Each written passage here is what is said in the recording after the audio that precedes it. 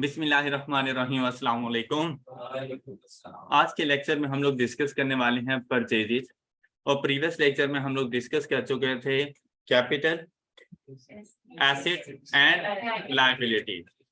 Capital investment made by the business owner is called capital. Assets की बात करें तो resources owned by the business, ये बात आप लोगों ने जरूर बतानी है। Resources owned by the business which will give benefits in the future। और अगर उस फ्यूचर को डिफाइन कर दें, which will give benefits for long term period for more than a year are called non-current assets, and the resources which will give benefits for short term within 12 months for a year, तो ऐसे assets को हम लोग, ऐसे resources को हम लोग current assets कहते रहेंगे। लायबिलिटीज किसी भी बिजनेस की ऑब्लिगेशंस हुआ करती हैं। लायबिलिटीज किसी भी बिजनेस की ऑब्लिगेशन हुआ करती हैं और ये ऑब्लिगेशन हम लोगों ने पे करनी है, बिजनेस एंटिटी ने पे करनी होती है। इस सिचुएशन में हमेशा रिसोर्सेज का आउटफ्लो हो रहा होता है। तो अगर कोई ऐसी लायबिलिटी है जो कि उसने विद इन 12 मंथ्स पे करनी है, विद इन 12 मंथ्स पे करनी है, तो ऐसी लायबिलिटी को हम लोग करंट लायबिलिटी कहते हैं। और अगर कोई लॉन्ग टर्म लायबिलिटी है जो हम लोगों ने 12 मंथ्स के बाद पे करनी है, तो ऐसी लायबिलिटी को हम लोग नॉन करंट लायबिलिटी कहते रहते हैं। हम लोगों ने इसकी एग्जांपल्स वगैरह डिस्कस कर ली थी। आज हम लोगों ने डिस्कशन करनी है परचेजेस से रेलेवेंट। अब बेटा, बिजनेस के लिए आप लोगों ने इन्वेस्टमेंट इकट्ठी कर ली, आपके पास पैसा आ गया, आप लोगों ने अपने पास अपने फिक्स एसेट्स भी परचेज कर लिए। वो पैसा आपके पास करंट एसेट की सिचुएशन में मौजूद है, कुछ बैंक बैलेंस में मौजूद है, तो वो भी करंट एसेट। उससे आप लोगों ने फर्नीचर्स वगैरह परचेज कर लिए, उससे आप लोगों ने प्लांट एंड मशीनरी ले लिया, आपने अपनी कोई बिल्डिंग वगैरह ले ली, तो आपके पास नॉन करंट एसेट्स के तौर पर भी मौजूद है। लायबिलिटीज मतलब जब हम लोग अपने फिक्स एसेट परचेज कर लिए थे, हम उनमें से कुछ फिक्स एसेट हम लोगों ने उधार पर ले लिए। अब वो मेरा फिक्स एसेट तो बन गया, लेकिन साथ में मेरी एक लायबिलिटी भी बन गया है। और बिजनेस को स्टार्ट करने के लिए सारा पैसा मेरा अपना नहीं था, मैंने कुछ ना कुछ बैंक लोन भी ले लिया था, तो वो भी मेरी लायबिलिटी बन चुका है। अब बिजनेस का एक पूरा सेटअप बन चुका है। अब मैंने ये देखना है कि मैंने ट्रेडिंग किस चीज में करनी है। हम लोग यहाँ पर अभी मैन्युफैक्चरिंग बिजनेस की तरफ नहीं जाएंगे, मैन्युफैक्चरिंग बिजनेस हम बाद में देख लेंगे। सिंपल अकाउंटिंग है, तो अभी के लिए हम लोग बिजनेस का भी सिंपल स्ट्रक्चर अप्लाई करेंगे, और वो है हमारे पास ट्रेडिंग। और उसमें भी हम लोग सोल प्रोप्राइटरशिप को देख रहे हैं, कंपनी और पार्टनरशिप को हम लोग अभी नहीं देख रहे। तो आप लोगों ने जितनी भी अभी अकाउंटिंग सीखनी है ना, आपने सोल प्रोप्राइटर के लिए ट्रेडिंग बिजनेस सीखना है। ऑलराइट, अच्छा अब देखें, अब अगर सोल प्रोप्राइटर है और उसने ट्रेडिंग करनी है, उसने अपनी एक खूबसूरत सी शॉप वगैरह तैयार कर ली है, अब वो ये डिसाइड करेगा कि उसने ट्रेडिंग किस चीज में करनी है। डिफरेंट आइटम्स हो सकते हैं जिसमें वो ट्रेडिंग वगैरह कर सकता है। जैसे कि अगर बुक शॉप वाले की एग्जांपल लें, तो उसने लाकर अपने पास बुक्स रख देनी है। कैफे वाले की एग्जांपल लें, तो उसने अपने पास कोल्ड ड्रिंक्स वगैरह, चिप्स वगैरह, बिस्किट्स, इस किस्म की चीजें ला के रख देनी है। तो जिस चीज में हम लोगों ने ट्रेडिंग करनी होती है, लाजमी बात है पहले वो चीज हम खुद खरीद कर लाते हैं, आकर अपनी शॉप में रखते हैं। अब देखिए, मेरे पास खाली शॉप रखी हुई होगी तो क्या मेरे पास कस्टमर आएगा? मतलब अक्सर मैं खुद भी ऐसा ही कर रहा होता हूँ कि मुझे कोई चीज चाहिए होती है ना, तो मार्केट के सामने से गुजरते हैं ना, तो शॉप को देख के पता चल जाता है कि यहाँ पे वो रिक्वायर्ड गुड्स मौजूद होंगी या नहीं होंगी। इवन कि उससे पूछने की जरूरत भी नहीं होती कि यार तुम्हारे पास है या नहीं है, उन्होंने डिस्प्ले पे लगाई हुई होती हैं, वहां से पता चल जाता है कि इसके पास ये चीज मौजूद है। हम लोग जाते हैं कि भाई हमें ये वाली गुड्स चाहिए, हमें ये गुड्स प्रोवाइड कर दो, ऐसा होता है ना। तो देखो, पहले वो अपने पास रखेगा बिजनेस वाला वो गुड्स, तभी उसके पास कस्टमर आएंगे। तो सबसे पहली चीज ये होती है कि उसने जाकर गुड्स को परचेज करना है। अब परचेज ना दो पर्पसेस के लिए हो सकता है मेनली। पहला पर्पस, मैंने गुड्स इसलिए परचेज की कि मैंने खुद यूज करनी है। मैंने गुड्स इसलिए परचेज की कि वो गुड्स मैंने खुद यूज करनी है। अकाउंटिंग कहती है कि ये आपकी परचेजेस नहीं है। अकाउंटिंग ने इसको परचेजेस एक्सेप्ट नहीं किया कि अगर आप खुद ने इसको यूज करना है तो। अकाउंटिंग के रूम में परचेजेस वो होंगी ऐसी गुड्स जो आप लोगों ने फॉर सेल पर्पस परचेज की हुई होगी, मतलब अपनी बिजनेस के लिए। अगर आपने उसको आगे सेल करने के लिए परचेज किया है तो अकाउंटिंग उसको परचेजेस कहती है, अदरवाइज इनको परचेजेस नहीं कहा जाता। यहां पर परचेजेस से मुराद ऐसी गुड्स की परचेजेस जिनमें आपने ट्रेडिंग करनी है, और ट्रेडिंग से मुराद ऐसी गुड्स की परचेजेस जो फॉर सेल पर्पस हो, ऐसी गुड्स को हम लोग परचेजेस कहते हैं। तो परचेजेस की डेफिनेशन देखें तो कहा गया bought of goods in which the business trades और uses to manufacture the final product. मतलब अगर आप मैन्युफैक्चरर हैं तो आप लोगों ने, लाजिम बात है, उसकी मदद से कोई न्यू प्रोडक्ट बनानी है तो आप लोग रॉ मटेरियल लेंगे, उसका रॉ मटेरियल जिससे वो प्रोडक्ट बनेगी, तो आप रॉ मटेरियल लें या फॉर ट्रेड पर्पस किसी गुड्स की खरीदारी करें फ्रॉम द सप्लायर्स, और जो भी हम लोग गुड्स परचेज कर रहे होते हैं उसको हम लोग सप्लायर बोलते हैं। जिससे हम लोग गुड्स परचेज कर रहे होते हैं, खरीद रहे होते हैं, उस पर्सन को हम लोग सप्लायर बोलते हैं।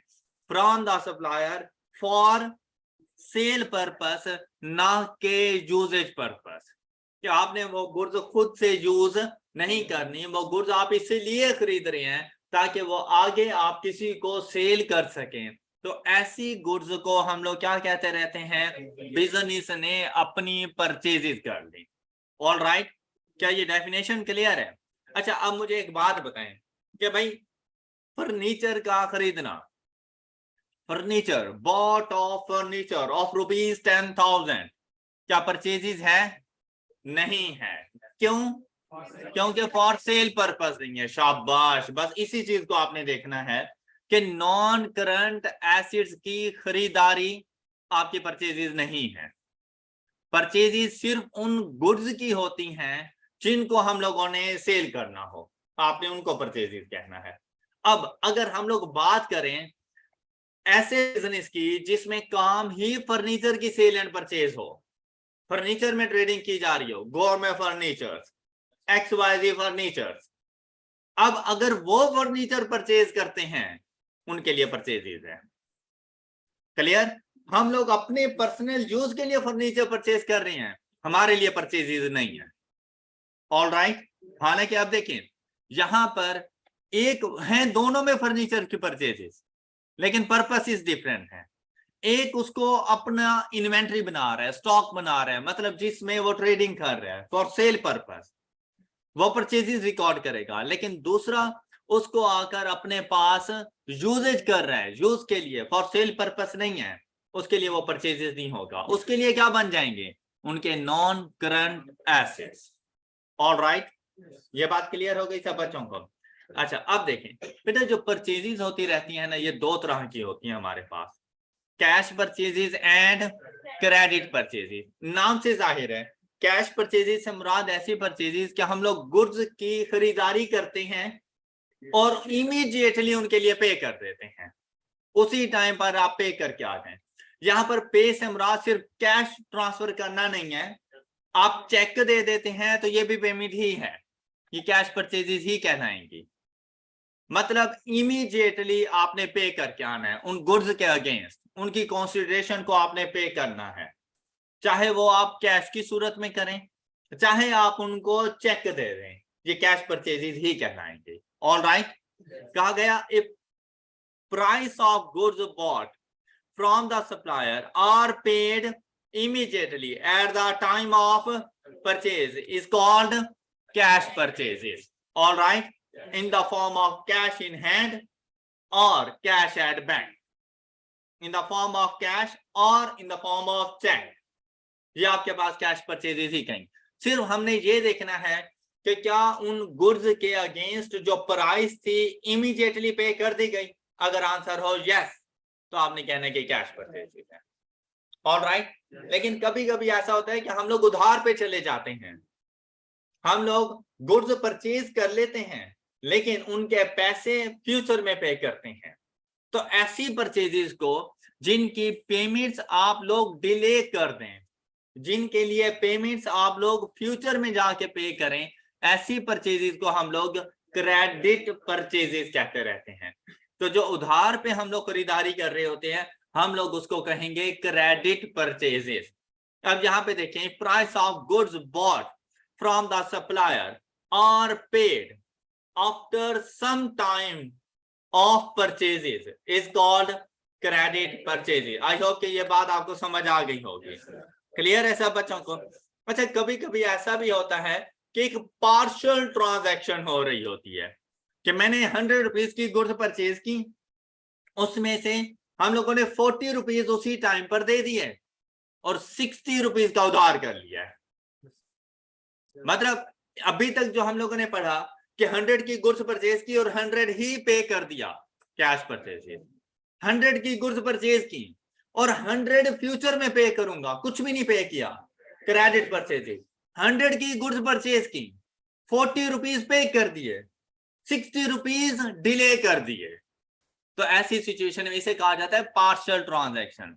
तो उसके लिए आपने 40 की कैश परचेजेस अलग से लिखना होगा और 60 की क्रेडिट परचेजेस को अलग से लिखना होता है। ऑलराइट, अब आप लोगों ने दोनों को मर्ज नहीं कर देना, आपने बताना है कि इसमें से कैश परचेजेस कितनी है और इसमें से क्रेडिट परचेजेस कितनी है, आपने दोनों के बारे में इंफॉर्मेशन देनी होगी। ऑलराइट, अब मैंने आपसे कहा कि जिस पर्सन से हम लोग परचेजेस करेंगे उस पर्सन को क्या कहा जाता है। ये बात हमेशा याद रखिएगा कि जिस पर्सन से हम लोग परचेजेस कर रहे होते हैं, चाहे कैश परचेजेस हैं चाहे क्रेडिट परचेजेस हैं, ऐसे पर्सन को हम लोग सप्लायर कहते रहते हैं कि हमने अपनी परचेजेस अपने सप्लायर से की। अब सप्लायर को हम लोग थोड़ा सा स्पेसिफिक कर देते हैं, उस सप्लायर को जिससे हम लोग क्रेडिट परचेजेस कर रहे हो। ये एग्जांपल बिल्कुल ऐसी है कि भाई आप कैफे वाले के पास जाओ और कुछ खाने पीने की चीजें लो और उसके लिए जो बिल बने आप फौरन पे करके आ जाओ। क्या वो आपसे पूछेगा भाई आपका नाम क्या है, आप कौन से बैच में पढ़ते हैं, आपकी क्लास कौन से रूम में हो रही होती है, आपकी क्लास की टाइमिंग क्या है, क्या आपसे पूछेगा? नहीं, आप आपसे आ जाओ, आपको जानने की जरूरत नहीं है कि आपका सप्लायर कौन है और आपका कस्टमर कौन है जब आप कैश में ट्रांजैक्शंस कर रहे हैं तो। लेकिन अगर आप उनके पास जाए, उनसे कहें अंकल मुझे खाने पीने की ये चीजें चाहिए और मैं पैसे आपको कल दूंगा, या बुक शॉप वाले के पास गए, आपने उनसे कहा कि भाई जल्दी से मुझे अकाउंटिंग की बुक दे दो, मेरा लेक्चर हो रहा है लेकिन मेरे पास आज पैसे नहीं है, मैं इसके पैसे आपको कल दे दूंगा, वो ये नहीं कहेगा ये लो बुक और तुम जाओ। अब वो आपसे कहेगा भाई आपका नाम क्या है, आपका फोन नंबर क्या है, कौन सी क्लास में हो का, अब वो डिटेल्स लेगा। क्या ऐसा होता है? लेकिन देखें, अब कैश ट्रांजैक्शन करो तो आपको जानने की जरूरत नहीं होती। हाँ, वैसे इंफॉर्मेशन ले लो तो आपकी अपनी मर्जी, लेकिन जरूरत नहीं थी। और वैसे भी जहां पर आप खुद देखें, जहां पर आप जाते हैं, आप कैश में ट्रांजैक्शन करते हैं, आप उनको कभी नहीं बता रहे होते कि भाई हमारा नाम क्या है, हम कहाँ रहते हैं। लेकिन जब आप क्रेडिट पे करते हैं, आप नाम भी बताएं तो वो पूछेगा कि भाई आप कौन हैं, अगर फर्स्ट टाइम उसके साथ आप किसी किस्म की कोई बिजनेस ट्रांजैक्शन करने जा रहे हो तो।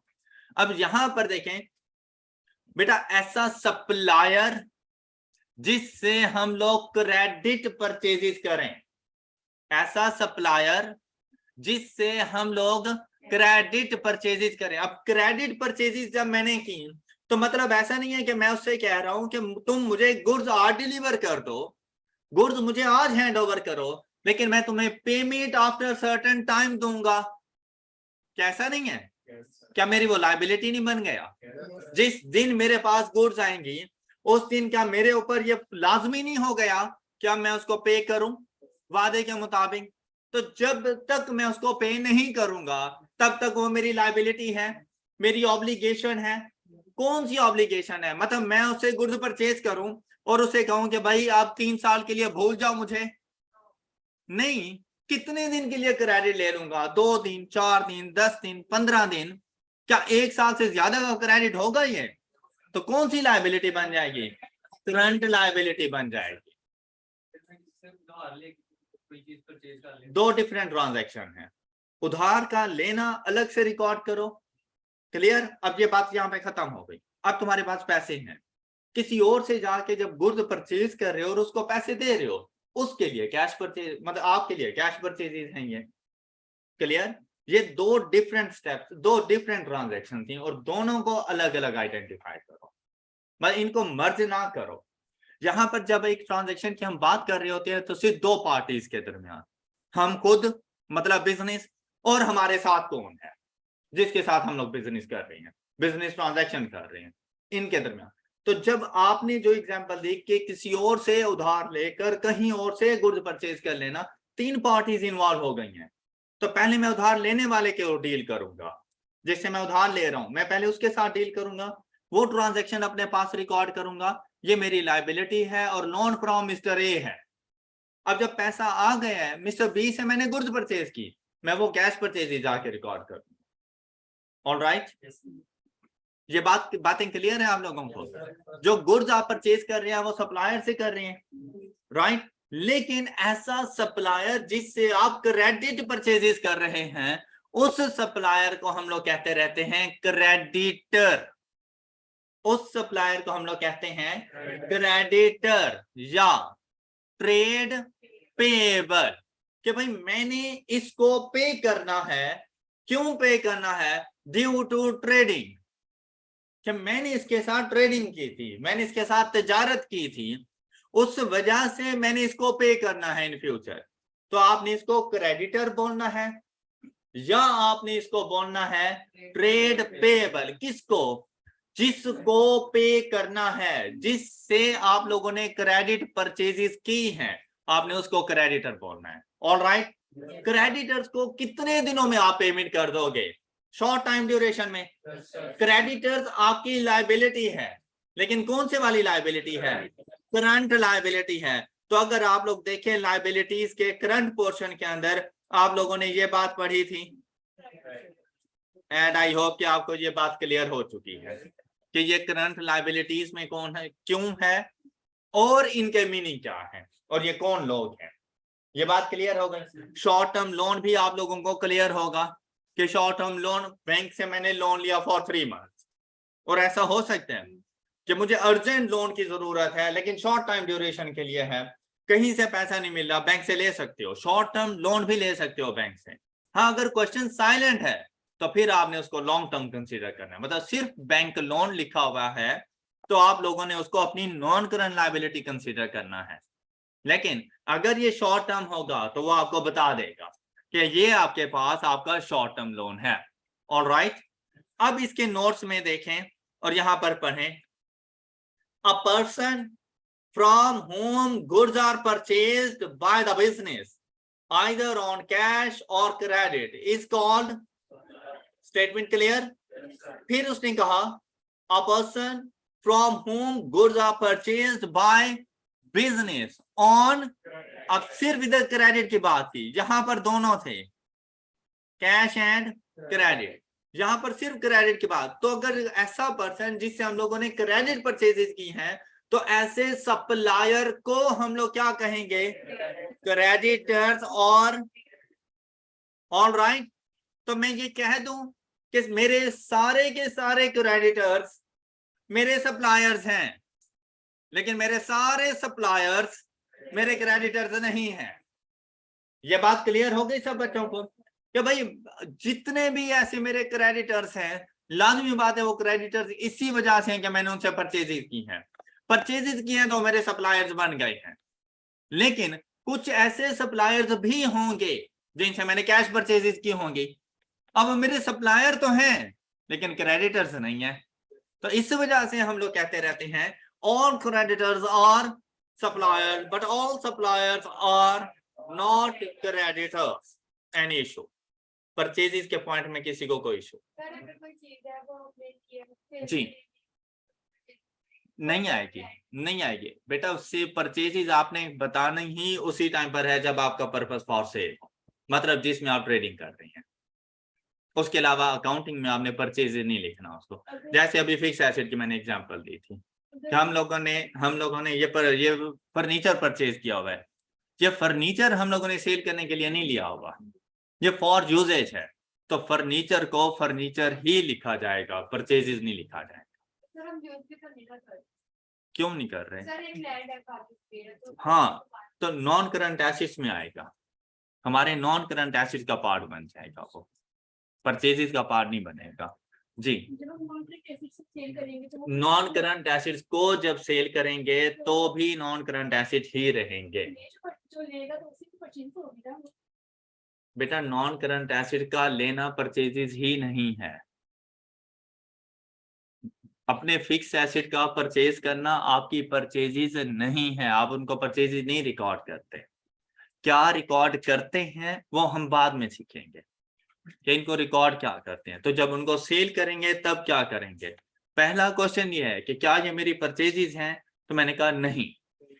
कि अगर आपका कोई फिक्स एसेट है ना, आपने देखा कि भाई ये मेरा फिक्स एसेट है, फिक्स एसेट की परचेज आपकी बिजनेस की परचेजेस नहीं होती। ऑलराइट जी जी।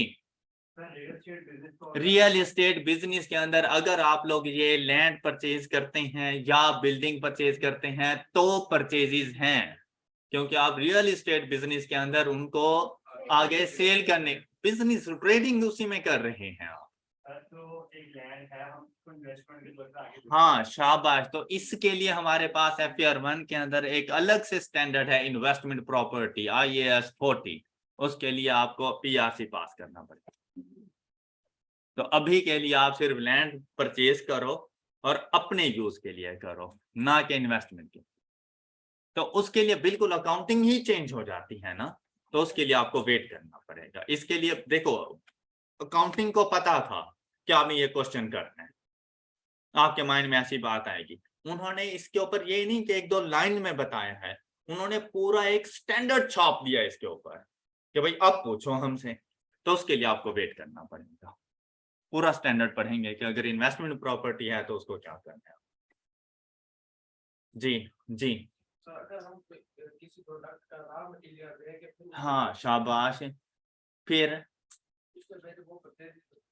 रॉ मटेरियल का खरीदना परचेजेज है। हाँ रॉ मटेरियल लिया, ये परचेजेज हैं। अब देखो हम लोग सपोज के एक पेन बनाना है हम लोगों ने, तो इसके लिए ना मुझे प्लास्टिक की जरूरत है।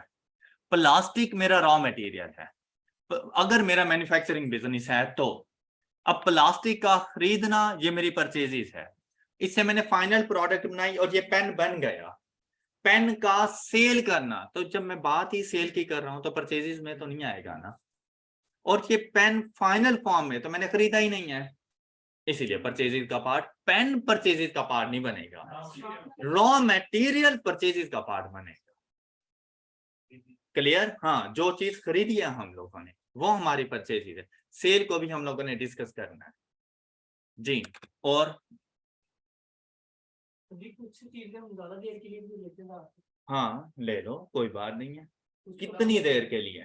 जैसे 1 साल से ज्यादा नॉन करंट लायबिलिटी बन जाएगी। कोई मुझे ऐसा बिजनेस बताओ कि तुम बिजनेस कर रहे हो और तुमने अपने जो सप्लायर से ये कहा कि यार मुझे ये प्रोडक्ट दे दो और मैं तुम्हें 3 साल के बाद पे करूंगा। तो वो जब लेते हैं चीजें जैसे, अब देखो अगर मैं सपोज मैं बताता हूँ आपको, मैं ना सपोज कि मोबाइल्स में ट्रेडिंग कर रहा हूँ, मैंने नोकिया कंपनी वालों से कहा कि भाई मुझे मोबाइल दो ताकि आगे मैं सेल करूं। भाई वो सिर्फ इतने अरसे का क्रेडिट होता है कि चले आप जाएं, ये हमारे 100 यूनिट्स हैं, आप जाएं इनको सेल करें, सेल करके अपना प्रॉफिट अपने पास रख लेना, हमारी कीमत हमें वापस कर देना। मैं उन्हें कहूँ कि 3 साल के बाद करूंगा, बस आप मुझे मोबाइल्स देते रहो, कोई भी सप्लायर नहीं मानेगा। मैक्सिमम क्या होता है, अगर आप लोग शॉपकीपर्स को देखो ना, वीकली बेसिस पे पेमेंट कर रहे होते हैं, उनके पास वो जो गाड़ियां आती रहती हैं गुड्स लेकर, वो नया सामान उनको देकर जाती हैं, लेकिन वो कहते हैं भाई पुराना बिल क्लियर करो, पुराना बिल क्लियर हो जाता है, नई परचेजेस हो जाती हैं क्रेडिट पर, वो फिर 1 हफ्ते के लिए चली जाती हैं। सप्लायर कभी भी आपको 1 साल से ज्यादा के लिए उधार नहीं देगा। कभी वो जो कहते हैं खेती बाड़ी में तो अक्सर हो जाता है। हाँ खेती बाड़ी एक डिफरेंट चीज है, और यहाँ नहीं, क्यों नहीं है, बिजनेस है वो भी, लेकिन वहां पे ना मैन्युफैक्चरिंग बिजनेस प्रोडक्शन के ऊपर आ जाता है वो, कि आप लोग प्रोडक्शन कर रहे होते हैं। तो वहां पर ऐसा होता है कि आप लोग जो खाद स्प्रे वगैरह लेते रहते हैं, वैसे तो एक सीजन होता है, जी मतलब 6 माह। तो इरादा तो 6 माह के बाद का है ना। जी करंट लायबिलिटी, फसल तबाह हो गई, पैसे ही नहीं मिले, आप 6 माह आगे लेके चले जाते हो, तो वो टाइम पीरियड बिल्कुल ऐसा नहीं होता कि एग्जैक्ट 6 माह में ही दूंगा। इंटेंशन देखी जाती है कि हमने कब तक पे कर देंगे। ओके, ओके और कोई क्वेश्चन? नो? अच्छा, अब बात ये आती है कि आप लोगों ने अपनी परचेजेस को रिकॉर्ड कब करना है, कि कब आपने उसको अपनी परचेजेस कंसीडर करना है। ये बहुत इंपॉर्टेंट पॉइंट है कि हम लोगों ने अपनी बुक्स में परचेजेस कब रिकॉर्ड करना है। तो अकाउंटिंग ने हमसे ये कहा, सिंपल सी बात, कि जब रिस्क एंड रिवॉर्ड तुम्हें ट्रांसफर हो जाए ना, तुम परचेजेस रिकॉर्ड कर। मतलब जब गुड्स तुम्हें डिलीवर हो जाए, तुमने अपनी परचेजेस रिकॉर्ड कर दे, उससे पहले नहीं। मतलब इसका ये कि भाई इसका ताल्लुक कैश के दे देने या कैश के ना देने से नहीं है, कि आप पेमेंट कर चुके हो या पेमेंट नहीं की, इसका ताल्लुक इस चीज से नहीं है। इसका ताल्लुक है कि जो गुड्स आप लोगों ने परचेज की हैं, वो आपकी कब हुई। अब अगर हम लोग ट्रेडिंग बिजनेस की वैसे बात करें कि हम लोग जाएं और कोई भी चीज परचेज करना चाहें, जैसे कि मैं कैफे वाले अंकल के पास गया और उनसे कहा कि ये मुझे कोल्ड ड्रिंक दे दें, कितना टाइम लगेगा कोल्ड ड्रिंक मुझे देने में? 5 सेकंड्स भी नहीं लगने शायद। क्या उन्होंने अपना वो फ्रिज वगैरह ओपन करना है, कोल्ड ड्रिंक निकालनी है, और उसको ओपन किया, मुझे हैंड ओवर कर दिया, अब वो बस मेरी हो गई, अब वो कोल्ड ड्रिंक मेरी है। अब इस बात को कुछ यूं सुनो, क्या उन्होंने मुझे हैंड ओवर की कोल्ड ड्रिंक, अच्छा उनका हाथ पीछे चला गया, मेरे हाथ में बोतल आ गई और मेरे हाथ से स्लिप हुई और गिर गई और टूट गई बोतल, उनको पे करूं? शाबाश, तो परचेज रिकॉर्ड करो। क्यों? तुम क्यों पे कर रहे हो? रिस्क एंड रिवार्ड जैसे ही तुम्हारे हाथ में वो बोतल आई थी ना, तुम्हारे पास आ गया था। ऑलराइट, फिर से सुनो, आपने उनसे कोल्ड ड्रिंक की डिमांड की, उन्होंने फ्रिज खोला, कोल्ड ड्रिंक उठाई, लेकिन जब ओपनर से उसको ओपन करने लगे ना, तो ऊपर से वो टूट गई। आप पे करके आओगे क्योंकि आपने उनसे कहा था, तो इस वजह से वो टूटी नहीं, रिस्क एंड रिवार्ड ट्रांसफर नहीं हुआ था। ओके, आप अपनी परचेज ही नहीं रिकॉर्ड करेंगे। ये चीज है, अकाउंटिंग ने कहा है कि आपने बस इस पॉइंट को देखना है कि रिस्क एंड रिवार्ड आपको कब ट्रांसफर हो रहा है। जिस दिन आपको वो रिस्क एंड रिवार्ड ट्रांसफर हो जाए, उस दिन आपकी वो परचेजेस हो चुकी हैं। Alright, any issue? अच्छा, अब यहां पे फिर से सुने, मैंने गुड्स परचेज करनी थी, मैंने अपने सप्लायर से कांटेक्ट किया और उन्होंने मुझसे कहा कि भाई 50% पेमेंट अभी कर दो, तो हम आपकी गुड्स को बनाना शुरू कर देंगे और 1 हफ्ते के बाद आपको गुड्स मिल जाएंगे। और बिल्कुल एग्जैक्ट 1 हफ्ते के बाद वो गुड्स मेरी हो गई। अब उनकी 50% पेमेंट मैंने स्टार्ट में कर दी। ऐसे समझे जैसे 100 रुपए की मैंने गुड्स ली, 100 रुपए से लेने से मुराद होता है 100% अमाउंट, तो इसलिए मैं 100 रुपए रख लेता हूँ, मतलब जितने की भी वो गुड्स हो 100% अमाउंट। उसका 50 रुपीज मैंने पे कर दिया 1st ऑफ द मंथ, पहली तारीख को। मेरे सप्लायर ने मुझसे कहा कि भाई आपको गुड्स रिसीव हो जाएंगी 10th ऑफ द मंथ को, उस दिन आपने 30% पेमेंट कर देनी है। मैंने 30 रुपए 10th ऑफ द मंथ को पे कर दिया और मैंने गुड्स भी रिसीव कर ली। रिमेनिंग 20 रुपीज रह गए, वो मैंने 15th ऑफ द मंथ को जाके पे कर दिया। मुझे बताओ मैं अपनी परचेजेस किस दिन रिकॉर्ड करूं? शाबाश। अब देखो, हालांकि अगर पेमेंट्स को देखा जाए तो 1st को भी मैंने की, मैंने 10th को भी की, मैंने 15th को भी की, लेकिन आपने ये नहीं कहा कि 1st को फिर आप अपनी परचेजेस रिकॉर्ड करो। आपने क्या कहा? 10th को रिकॉर्ड करो। क्यों? गुड्स उस दिन मिली। तो आप लोगों ने ये देखना है कि आपको गुड्स ट्रांसफर किस दिन हुई है, उस दिन आपने अपनी परचेजेस को रिकॉर्ड करना है। ऑलराइट, पेमेंट टर्म्स को नहीं देखना कि हम लोगों ने पेमेंट कर दी या पेमेंट नहीं की, या कितनी कर दी और कितनी करनी है, इसको हम लोगों ने नहीं देखना। ऑलराइट, अब आती है जरा पेमेंट की बात पर। भाई जो मैंने स्टार्ट में 50% पे कर दिया था, वो अब मैंने परचेजेस तो की ही नहीं है, मैं उनको परचेज ही नहीं रिकॉर्ड कर सकता। लेकिन मेरे रिसोर्सेज का आउटफ्लो तो हुआ है ना, कि मैंने 50 रुपए अपनी तरफ से पे किए हैं। तो भाई जब तक वो गुड्स मुझ तक पहुंच नहीं जाती, क्या उन 50 रुपीज ने मुझे बेनिफिट नहीं देने? 50 रुपीज ने मुझे बेनिफिट नहीं देने? क्या उन 50 रुपीज के अगेंस्ट मुझे गुड्स मिलनी है? देने हैं, मेरा एसेट है, मेरा एसेट है। लेकिन क्या एडवांस टू सप्लायर, परचेजेस नहीं रिकॉर्ड करना जब तक के गुड्स ना मिल जाए। क्या रिकॉर्ड करना है फिर उस 50 रुपीज को? Advance to supplier. कि अगर गुड्स रिसीव करने से पहले आपने अपने सप्लायर को कोई अमाउंट पे की हुई है, तो वो आपने रिकॉर्ड करनी होगी एडवांस टू सप्लायर के तौर पर। ऑलराइट, और ये जब तक आपको गुड्स मिल ना जाए तब तक ये आपका करंट एसेट है, ये करंट एसेट्स की लिस्ट में आएगा, जब तक कि आपको गुड्स मिल नहीं जाती। ये बात क्लियर हो गई? अब जब आपको गुड्स मिल गई तो 50 रुपए खत्म हो गए, क्योंकि गुड्स अब आपके पास 100 रुपए की आ चुकी हैं। 30 रुपए आपने उसी टाइम पर दे दिए, अभी भी 20 रुपए रहते हैं। तो वो 20 रुपए नेक्स्ट पीरियड के लिए जब तक कि आप पे नहीं कर देते आपकी लायबिलिटी बन जाएगा। ऑलराइट, और जब तक आपने गुड्स रिसीव नहीं की तब तक कोई लायबिलिटी नहीं है। जिस दिन गुड्स रिसीव करोगे उस दिन देखो कितने की गुड्स रिसीव की, कितने पे कर चुका हूं, तो जितने अभी पे करने हैं वो मेरी लायबिलिटी के तौर पर आएगा। क्या ये concept clear? Any question? Clear हो गया? ऑलराइट। अच्छा, अब बेटा अगर आपने कोई चीज बाजार से जाते हैं खरीद कर लाते, अच्छा यहाँ पे जो मैं अकाउंटिंग मतलब समझा रहा होता ना इंट्रोडक्शन टू अकाउंटिंग में, तो बिल्कुल बेसिक एग्जांपल्स, बेसिक चीजें कि आप लोगों का अंडरस्टैंडिंग लेवल हाई हो सके। जब आपको ये चीजें अंडरस्टैंडिंग लेवल डेवलप हो जाएगा ना, फिर मैं कोई कॉम्प्लेक्स बात भी कर जाऊंगा ना, आप लोग इजीली समझ लेंगे। तो मैंने जितनी भी एग्जांपल्स वगैरह उठानी होती है ना, आपकी अपनी प्रैक्टिकल लाइफ, कॉमन लाइफ में आप जो कुछ कर रहे होते हैं मैं वही कुछ करता हूँ। आप लोग बाजार में गए और आप लोग गुड्स परचेज करके ले आए, घर पहुंचे और वो आपकी स्पेसिफिकेशंस के मुताबिक नहीं थी वो गुड्स खराब थी, वो गुड्स रास्ते में टूट गई थी, कुछ भी ऐसा कोई भी रीजन हो सकती है, आप अपने पास रखेंगे? मतलब आप ऐसा समझ लें कि आप बाजार गए हुए थे, तो एक जूता आपको पसंद आया, आपने कहा अम्मी के लिए लेके चलता हूँ। अम्मी साथ होती तो साइज वगैरह के मुताबिक ले लेते, फिर तो कोई इशू नहीं होना था। अपने लिए लेते तब भी शायद कोई इशू नहीं होना था। लेकिन आपने अम्मी के लिए एक जूता पसंद किया, घर गए तो एक नंबर छोटा या बड़ा हो गया, क्या अम्मी पहने रखे उसको?